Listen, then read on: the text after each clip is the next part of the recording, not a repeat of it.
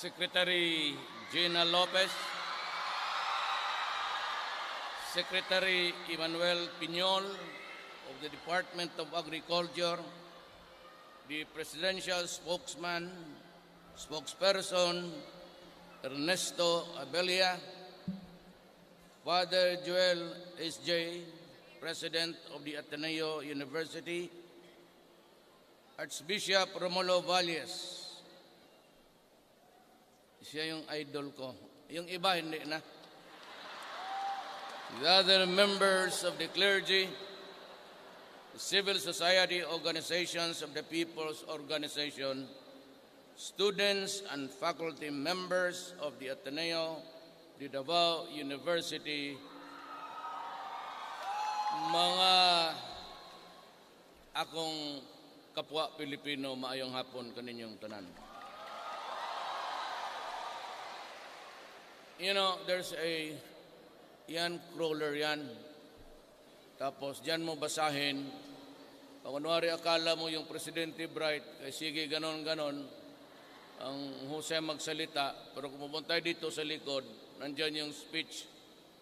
Like, first, I would like to commend Secretary Lopez Dinar and the Ateneo de Davao University for organizing this Mindanao Environmental. Ayaw ko na yan. Ayaw ko magbasa. Kagaya si speech ko sa yung SONA, I got tired of just, mas mabuti kasi ako pagka walang binabasa. You know, ako po yung nagpapasalamat na tumakbo ako na walang nagtulong kung hindi tao. I ran under the banner of PDP, but you know, all of you knows that it is really a moribund party, political party, but it had its resuscitation last elections. Wala po akong pera at walang sumuporta sa akin ni isang gobernador, ni isang congressman except Carlo Nograles. Yung kaibigan ko yung tatay niya eh. Kaya, no, the mother is related to me. Wala ko ako isang barangay captain sa anywhere. Kima Abra, sa Cebu, there was one, maybe because of his bond to the blood of a Visayan, si Cordova. But that was all there is to it. I only had 2 governors of the hundreds, and it was only Amy Marcos of Ilocos del Norte, and yung isa, ayaw kong sabihin kasi kasintahan ko. Meron akong kasi. Sabi ni Bishop, basta wag lang masyado skandaloso, okay lang. Patago-tago. You know, the wealth of this country is owned by just a few guys. Hindi naman lahat mayaman na oligarchs. Meron yung they built their empire through the years. As for example, I'm not saying it because she's here. Gina, she's a billionaire, but look at the way she treats herself. She's a crusader, and she loves the country, and she hates oligarchs. Ako man, ito yung mga tao na kinukuha yung yaman ng ating bayan, wala namang ginagastos kung hindi mga laway nila at koneksyon. And they get most of the concessions, the franchises that is given freely through money, through influence, and sheer greed kasi meron sila. Ito yung nangyari sa Mindanao. And that is why the reason why I am so passionate about getting into a new setup. Kasi ho, the Imperial Manila controls everything because we are a unitary type of government. From Manila, lahat ng permit, except yung tindahan ninyo, to do business, lahat ng permit galing sa Maynila o through delegated powers from the central government.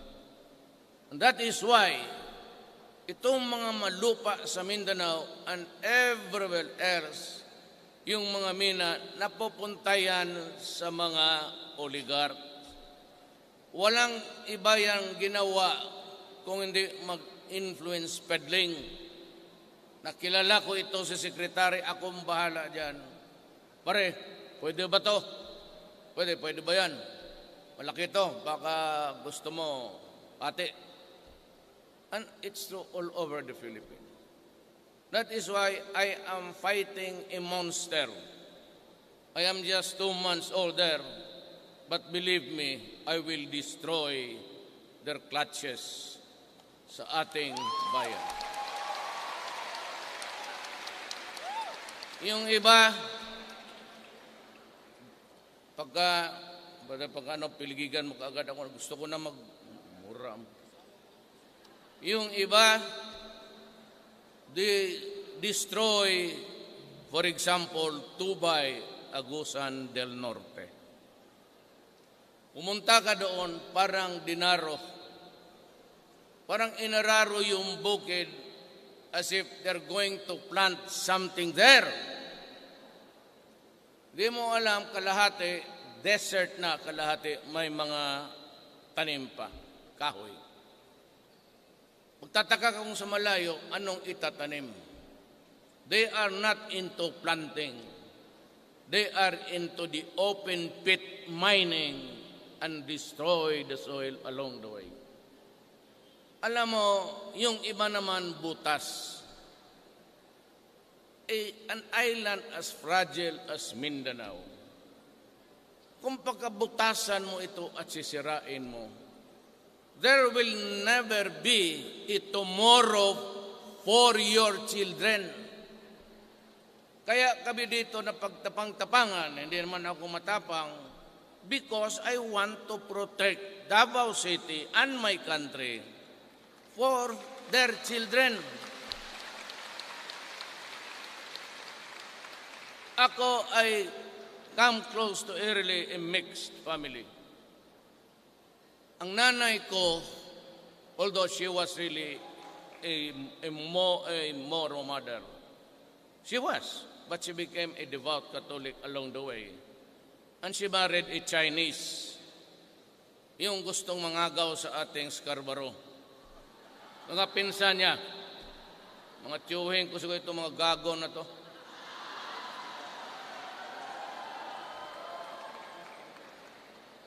But you know, my grandfather had a wife in China and had a wife here that was my mother, tinana niya.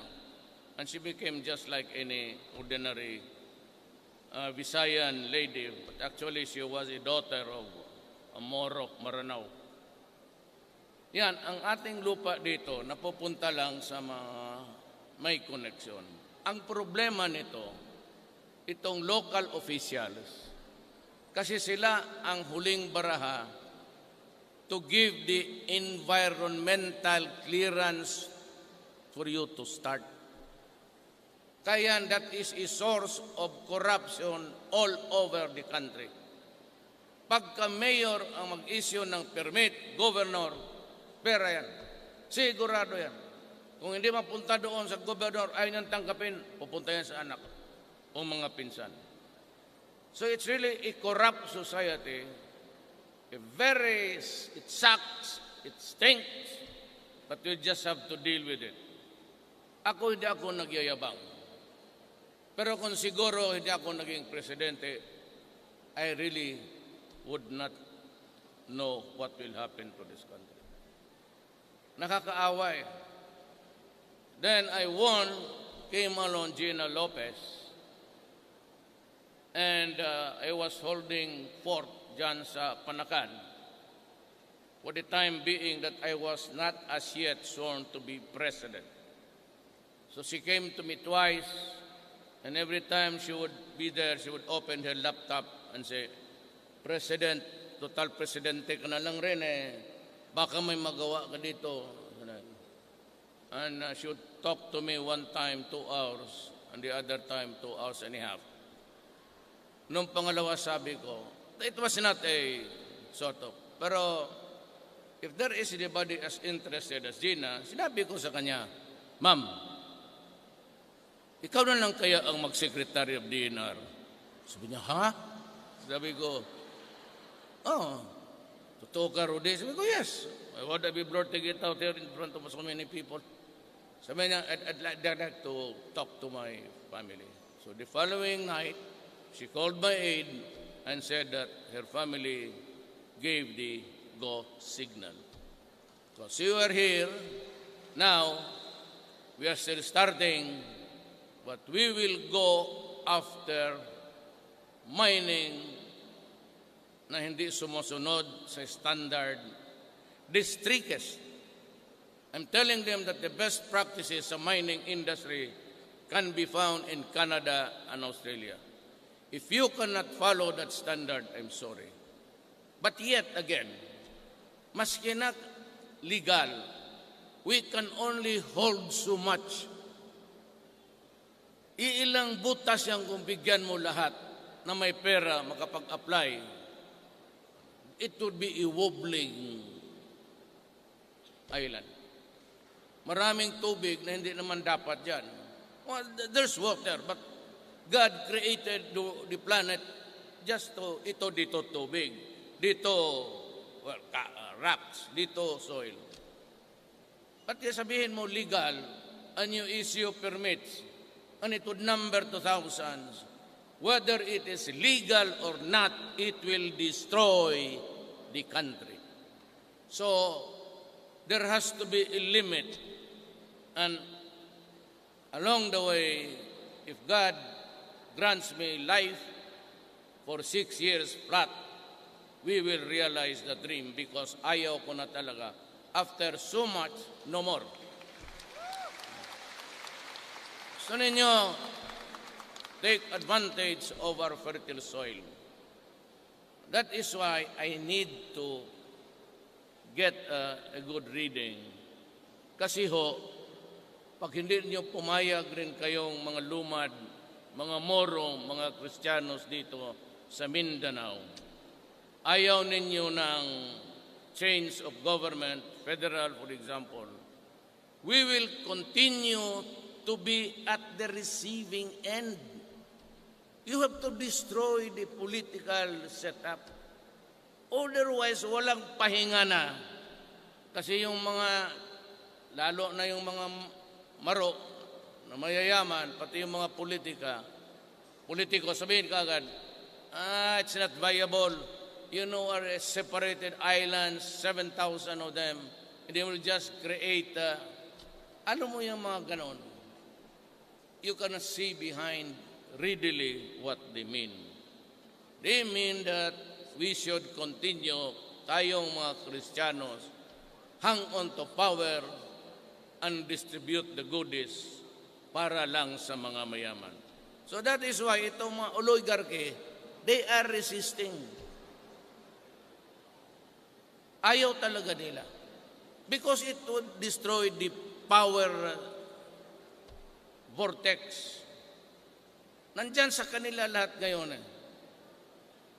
Mabutit na lang ako, nanalo ako, wala akong utang na loob. And pati ako napatulala nung lumabas yung resulta ng eleksyon. God, I never, almost 15 million and the margin of 6 million sa lamang ko sa huwas. Until now, hindi ko talaga malaman. But what I'm sure of, it was the Filipino who voted me to power. And that power will remain with the Filipino. Huwag mong ibigay sa akin yan kasi ako, utusan mo lang. I am a worker of government. You will have the power. Mauna kayo. Lahat, mining is a sunset industry almost during the years to come, including logging. Lumber, wala na talaga. It's not sunset, it's not even sunset time. It's already too late. Kung ika nga, if there is 24 hours one day, logging is its own 25th hour. Tapos na yan. We cannot cut trees anymore. Yan ang tatrabahuin ko sa 6 years. Many will get mad. Many will get angry. Many would like to maintain the status quo. Kung nandyan na sila, they will power, maybe elective officials appointed, they would hang on to that. Kaya dahan-dahan kong sisirain yan. And open all opportunities to all Filipinos, no, irrespective of tribe, race, religion. Dito sa Mindanao, naintindihan natin yan. Kasi lumaki tayo dito, some mixed blood, kagaya ko, but you should understand na isa lang ang bayan natin. More than anything else, it's about time to reconfigure the worth of the nation amongst the citizens. Then I would like to, I've been criticized, I used to be, or I am the favorite whipping boy of the human rights people. Let me explain to you, honestly, candid, truthful, I hate to kill a human being. I am not just up to it, actually. It pains me to see grief in anybody's heart. But when I became mayor, I had to do something because I became the mayor at the crossroads of our national life in the Philippines, including Davao. Nung ako, alam niyo ako sosyalista ako. My paradigm is hanggang diyan lang rin. I am not used to this kind of life na, hindi naman yung mayaman, the comforts of life along the way. Where are we here? Yan, sa Padre Gomez, yung kantong yan. 1956. Used to be a wetland. Ang tanim dyan, kumpay, just at the back of the, yan dyan sa Jacinto. Dito pala. 1956, we came here 1949. I could not even remember how we arrived here. But in 1956, my father built a house there. Kasi tubig nga eh. It was on stilts. Would you believe it? It was demolished because somebody owned the water and the soil. Kaya ho ako lumaki na there were times when comfort was there, when my father became governor. But after that, back to kami sa namatay. So, ang paningin ko talaga, hindi ako membro ng Communist Party of the Philippines. I've never been. I am not now. But ako, the NPA, NDF, CCP is a political party. I have nothing to do with them.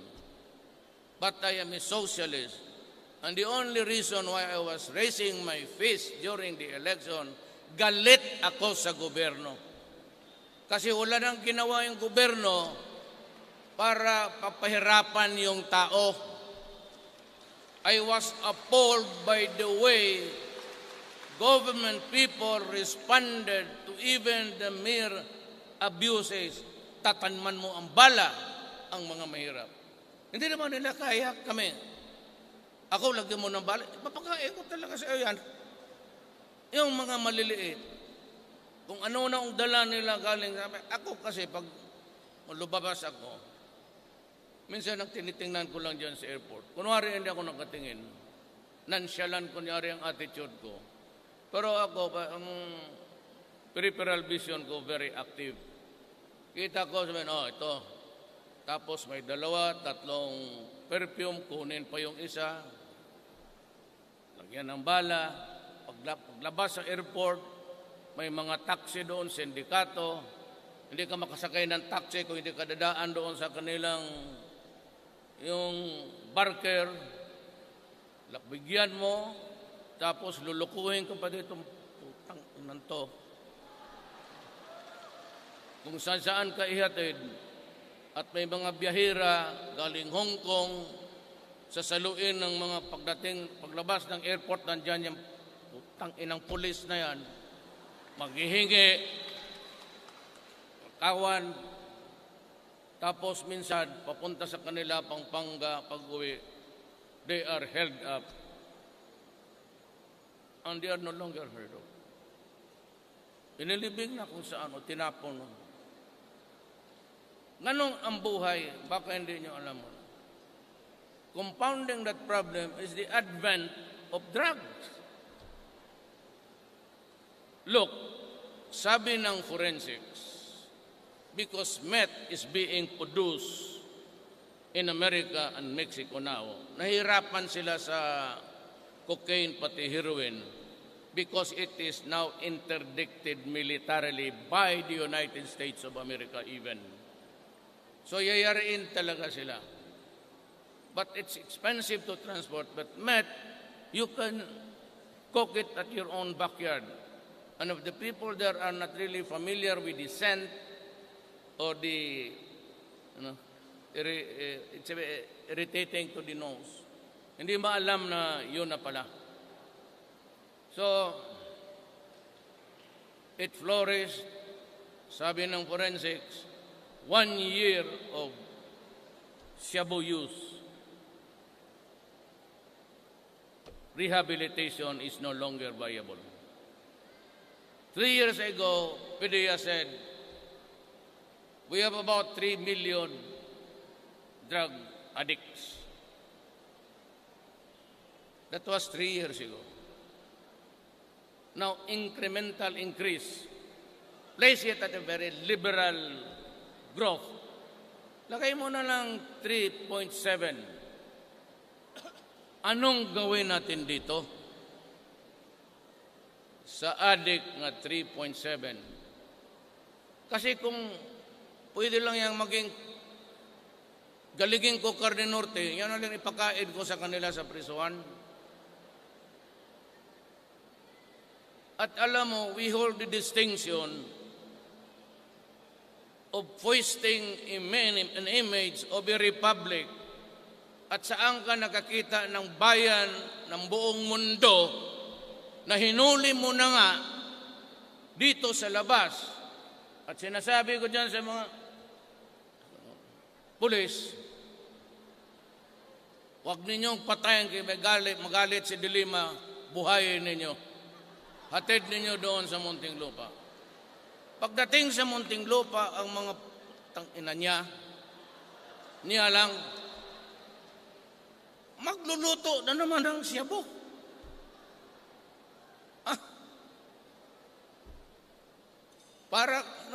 We're a nation that's being slapped every day, and we just swallow the humiliation.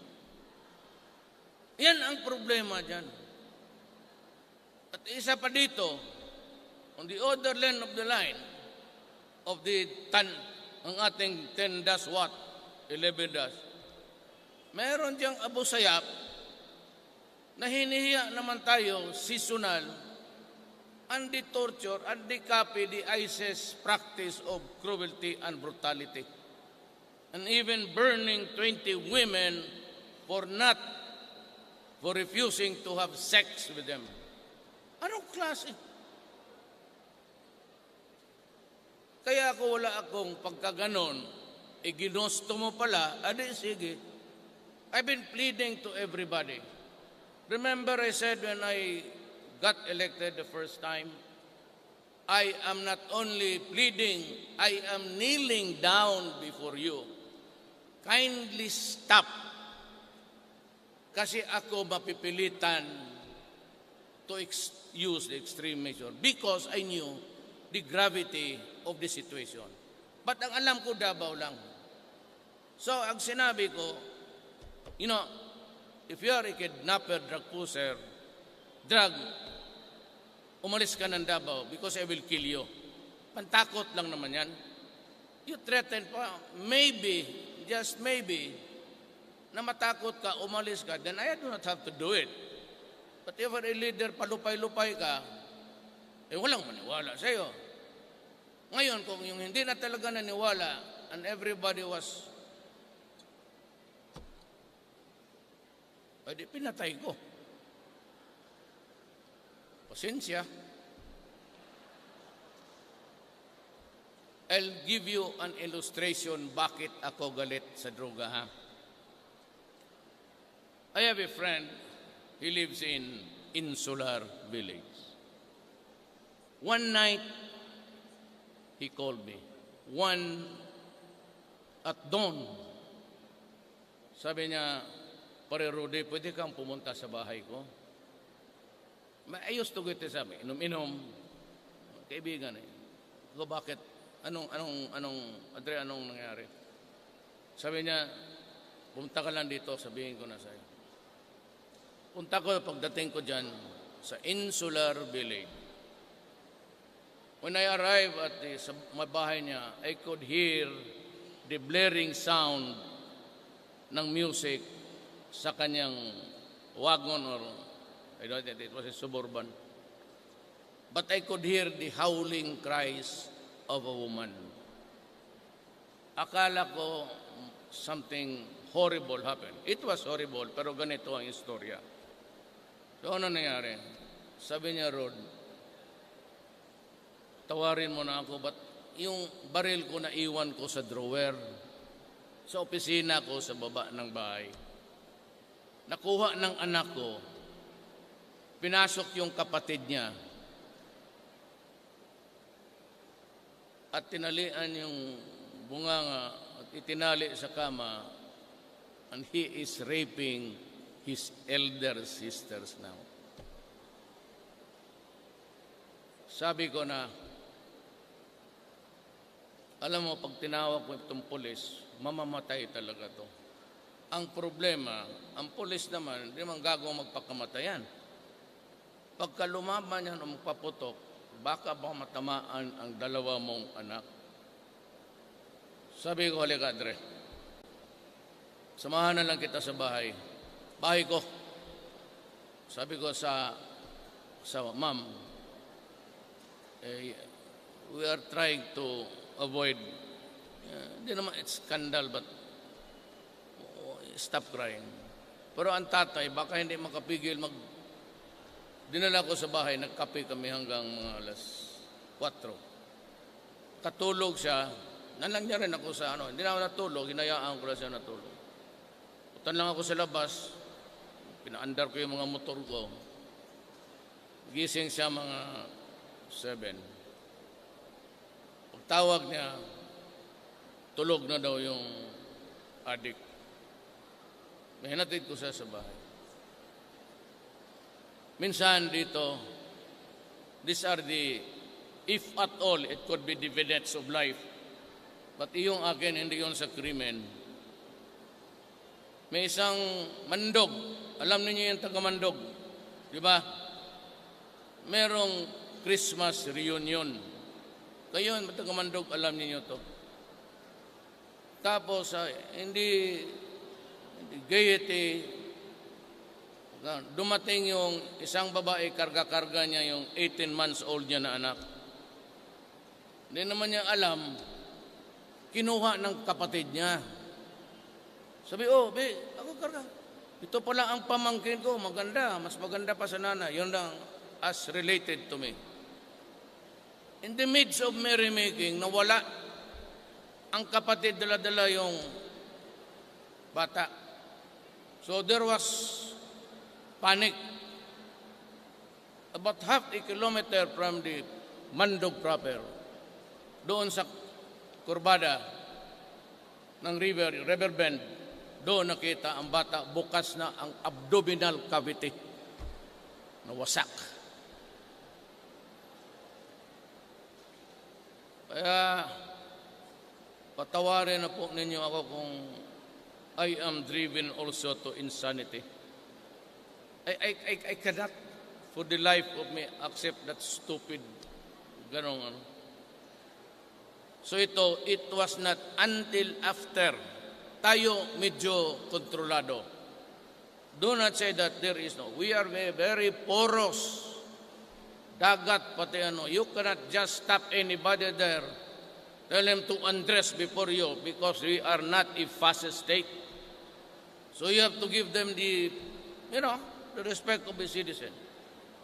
Nung hindi ako hindi ako na presidente, hindi nyo malaman na ang lawak pala, pati ako I was shocked. Nung inipin ko na lahat ang pulis, pati mga lumabas,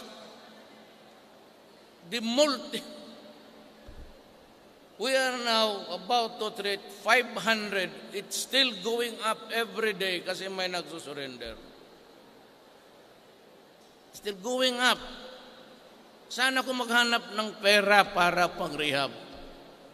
Yung dyan may bangag na those beyond redemption, alagaan mo yan.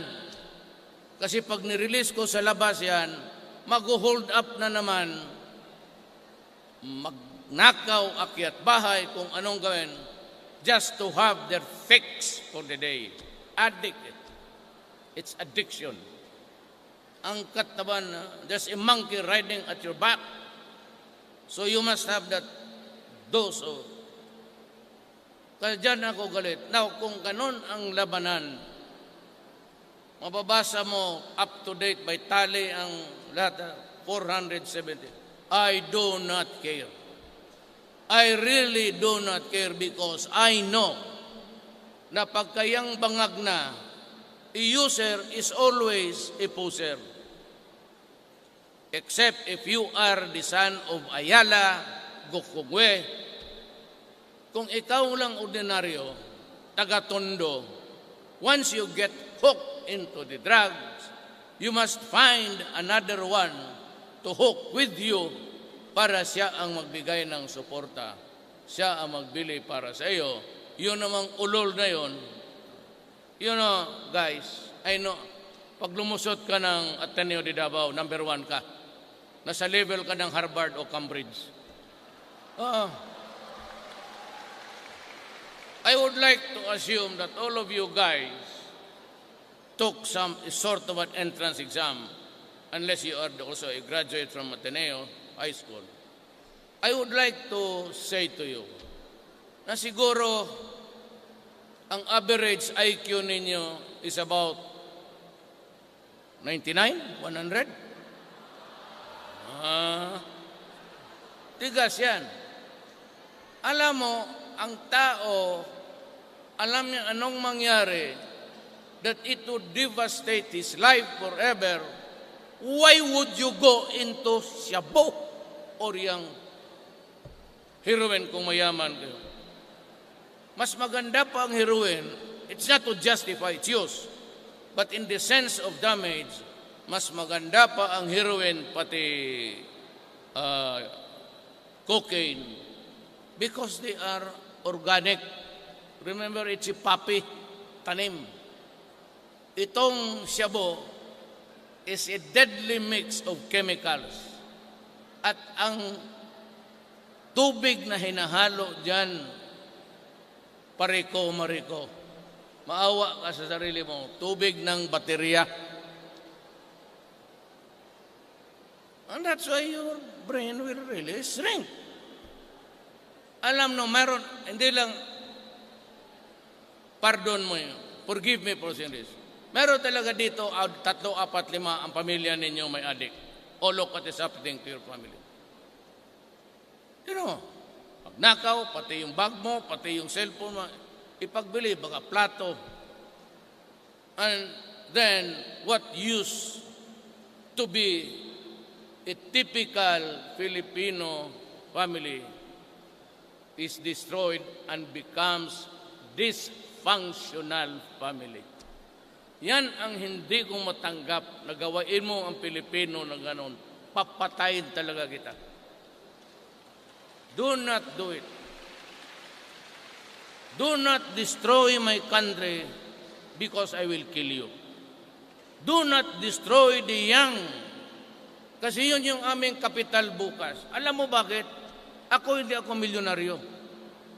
And along the way, maybe after retirement, a few years of comfort. Pero pagtanda ko, sino magpapakain sa akin ng lugaw? Who will pay the bills sa ospital ko? Sino magbili ng mga medisina ko? If I outlive my children, then it would be the grandchildren. Kasi ikaw, ilagay mo ako sa alanganin. You place me in peril, place me in jeopardy. At kung marami similarly situated kagaya ko, bagsak ang Pilipinas. If there is a nation at all, it will be something of a fractured one, running just because there are people in it. Huwag ninyong gawain yan. Maghanap kayo ng ibang negosyo. Iwasan ninyo yan. Rarami pa to. How much? 400. Kasi yan malalaban talaga eh. Alam ko yan. At sigurado ako may sinalvage. Sigurado rin ako dyan. And we will investigate. Pero yung ganun, may baril talaga yan. At maniwala ka dyan mga pulis na yan. Kahapon, pagbaba ko sa aeroplano kagabi, ang sinabi ng regional commander, Sir, yung chief of police ng Magsaysay na baril, tanong ko, patay? Na sir, tinamaan sa dibdib. I don't know, still alive. I'm going there now. Papunta akong Panakan, I'll pass by the hospital. Lumalaban talaga yan. Kaya lang, siyempre, ang pulis, ang kalaban niya, bangag. Kung may bangag ka, basi ano mario, kung natibin shoot straight. At ang pulis ko mag-aresto ng pusher, 2, 3, 4 yan. May body tawag nila. So, yung mga ganun, lumalaban talaga, I know. Kasi ako, alam ninyo, hindi ako nagyayabang. Ilang beses na. So, yan ang appeal ko sa inyo. Let us take care of our nation. It's the only one that we have. Ang masakit nito, ang Pilipino pa naman, ang pinakagwapo at pinakamagandang mga human being sa lupa na ito.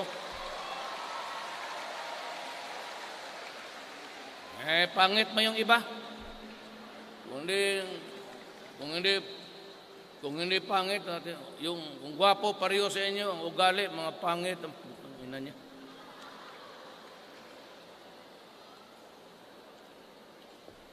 So I'm glad that I had this time with you, and you can be assured that this country, uunahin ko yung maliliit. That's what I told Secretary Gina and kay Secretary Piñol. Unahin ninyo yung, you guys have been to Manila, I'm sure, at one time or another.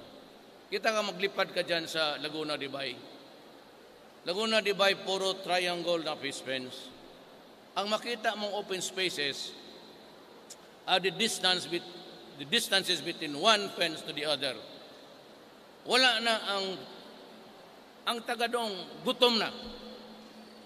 Kasi wala na silang because general ng pulis, general ng army, mayor, gobernador, o yung mga hustler, yung marunong.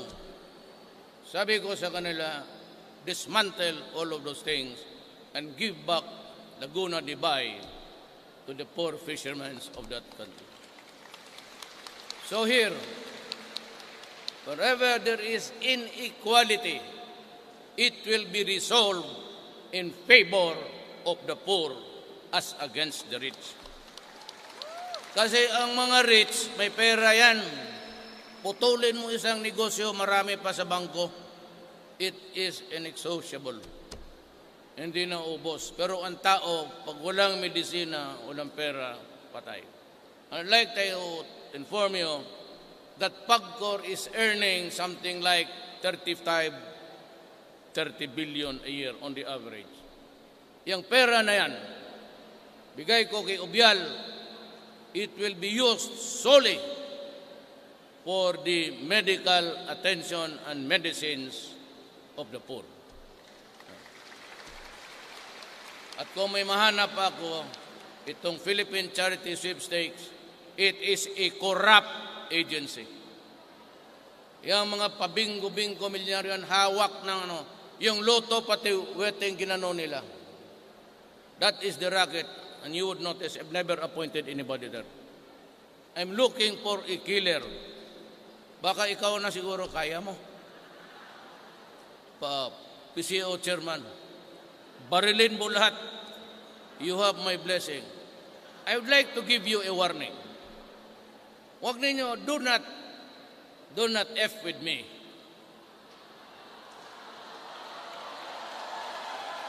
Siyempre kayo, hindi ko ma-pronounce lahat.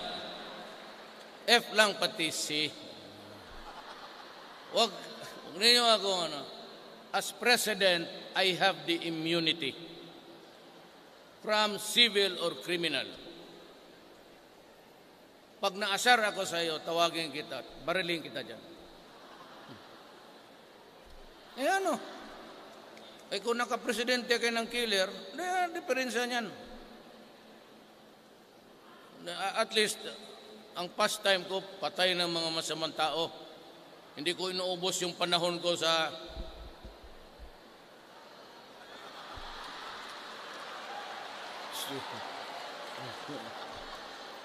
huwag tayo kayo basta nag-backbite tayo. Hindi ko inuubos ang panahon ko dyan.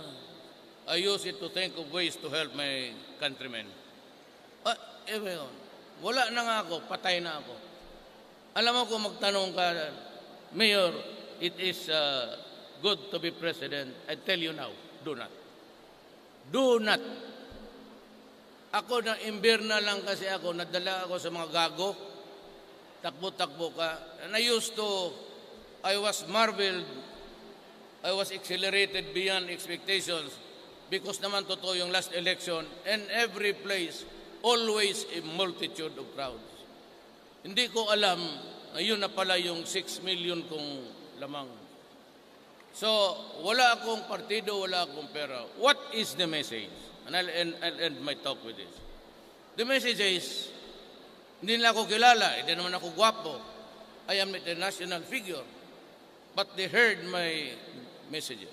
Ang messaging doon, korupsyon, drugs, criminality, and of course, yung talagang, yung gusto lang, guy who would simply work there, be content with his salary, and maybe after 6 years, go down and die peacefully. Maraming salamat po.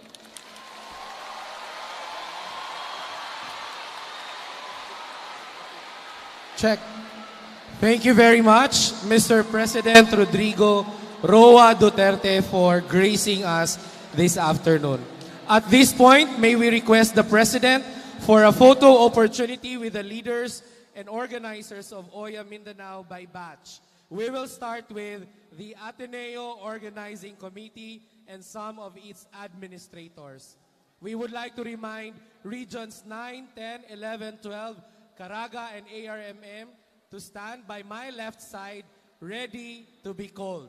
So dapat naka-ready na po. We're starting with Ateneo Organizing Committee and some of its administrators.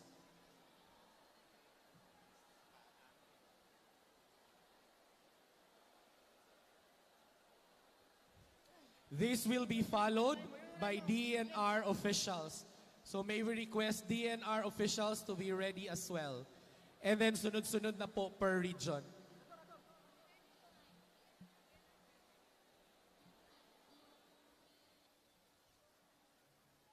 After DNR po kayo, region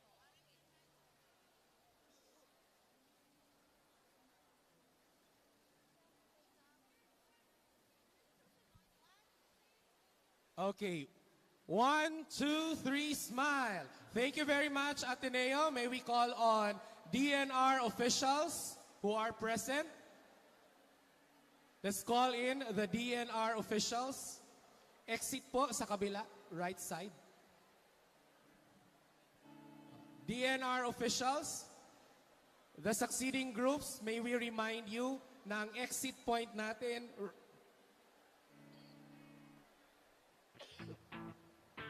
will be right-hand side of the stage.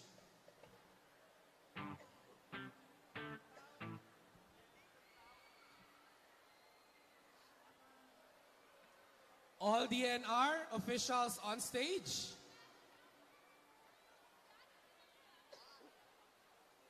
On my cue, ready? 1, 2, 3, smile.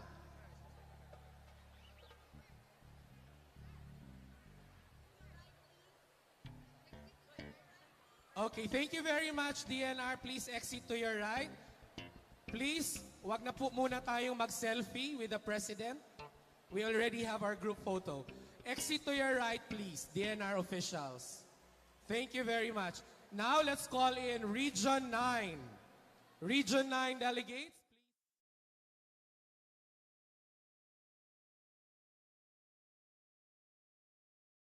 Look at the way she treats herself. She is a crusader, and she loves the country, and she hates oligarchs. Ako man, ito yung mga tao na kinukuha yung yaman ng ating bayan, wala namang ginagastos kung hindi mga laway nila at koneksyon. And they get most of the concessions, the franchises that is given freely through money, through influence, and sheer greed kasi meron sila. Ito yung nangyari sa Mindanao. And that is why the reason why I am so passionate about getting into a new setup kasi ho, the Imperial Manila controls everything because we are a unitary type of government. From Manila, lahat ng permit, except yung tindahan ninyo, to do business, lahat ng permit galing sa Maynila o ko yung tatay niya eh. Kaya, no, the mother is related to me. Wala ko ako isang barangay captain sa anywhere. Kima Abra, sa Cebu, there was one, maybe because of his bond to the blood of a Visayan, si Cordova. But that was all there is to it. I only had 2 governors of the hundreds, and it was only Aimee Marcos of Ilocos del Norte, and yung isa, ayaw kong sabihin kasi kasintahan ko. Meron akong kasi. Sabi ni Bishop, basta wag lang masyado skandaloso, okay lang. Patago-tago. You know, the wealth of this country is owned by just a few guys.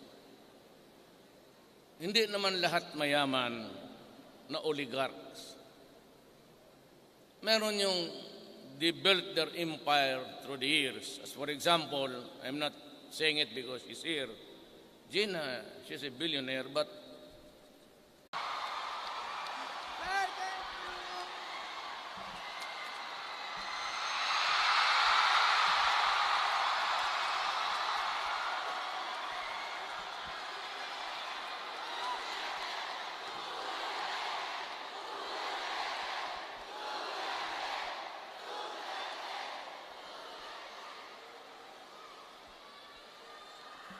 Secretary Gina Lopez,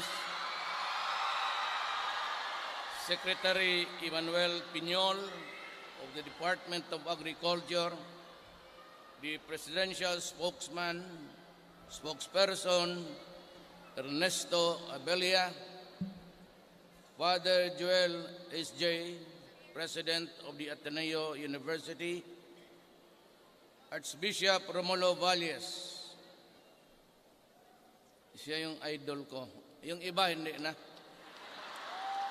The other members of the clergy, the civil society organizations of the People's Organization, students and faculty members of the Ateneo, the Davao University, mga akong kapwa Pilipino, maayong hapon kaninyong tanan. You know, there's a yan crawler yan. Tapos dyan mo basahin. Kunwari akala mo yung Presidente Bright, kay sige ganon-ganon, ang husay magsalita. Pero kung pupunta dito sa likod, nandyan yung speech. Like, first, I would like to commend Secretary Lopez Dinar and the Ateneo de Davao University for organizing this Mindanao Environmental. Ayaw ko na yan. Ayaw ko magbasa. Kagaya sa speech ko sa yung SONA, I got tired of just, mas mabuti kasi ako pagka walang binabasa. You know, ako po yung nagpapasalamat na tumakbo ako na walang nagtulong kung hindi tao.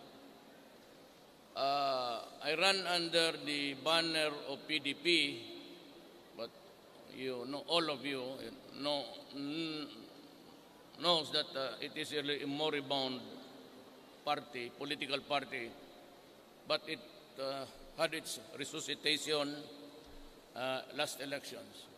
Wala po akong pera at walang sumuporta sa akin ni isang governor, ni isang congressman except Carlo Nograles. Yung kabilang through delegated powers from the central government.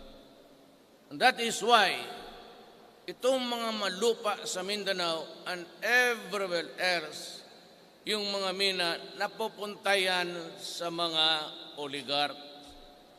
Walang iba yang ginawa kung hindi mag-influence peddling. Nakilala ko ito si Sekretary, akong bahala dyan. Pare, pwede ba to? Pwede ba yan? Malaki to, baka gusto mo, ate. And it's true all over the Philippines. That is why I am fighting a monster. I am just 2 months old there, but believe me, I will destroy their clutches sa ating bayan.